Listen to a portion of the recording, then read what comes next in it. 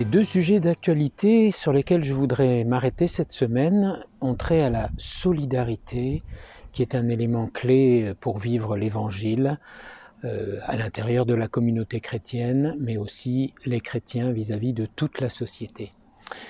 Le premier élément, c'est le synode sur l'Amazonie qui se déroule en ce moment à Rome et qui regroupe tous les évêques liés à cette grande partie du continent sud-américain,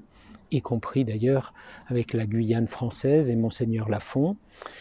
Et l'objectif de ce synode, c'est de voir comment l'Église catholique, engagée dans ces territoires, peut servir l'ensemble de ces territoires, l'ensemble de la société amazonienne, notamment en vivant la solidarité. On a entendu parler de l'Amazonie avec les grands incendies qui ont eu lieu il y a quelque temps, mais il y a aussi toute la question des peuples de la forêt, de la manière dont l'Église catholique peut s'organiser pour rejoindre ces peuples-là, notamment dans la solidarité, la manière dont les communautés chrétiennes peuvent trouver de nouvelles manières d'annoncer l'Évangile, de le vivre et de célébrer les sacrements.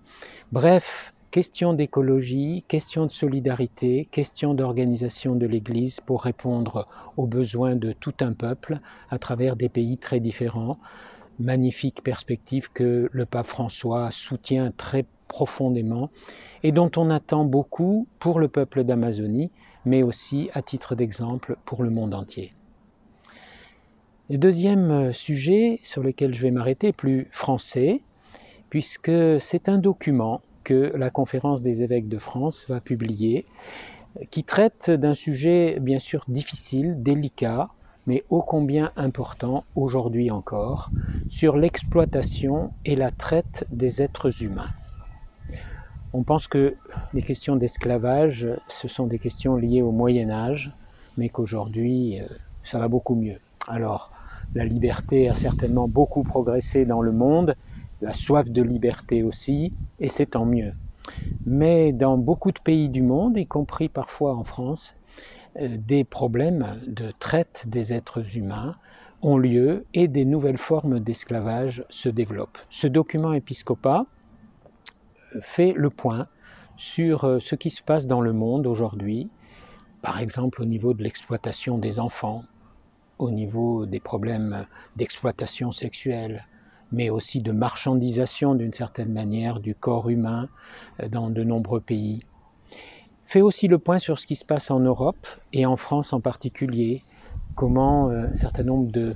personnes arrivant de nombreux pays du monde peuvent être aussi exploitées dans leur travail, et y compris au cœur d'éléments de violence. Ce document ne se veut pas définitivement négatif, bien entendu. Comment nous, les chrétiens, comment l'Église tout entière relève ces défis auprès des associations, auprès du Conseil de l'Europe et de nombreuses organisations civiles qui veulent que la dignité de tout être humain, quel qu'il soit reconnue.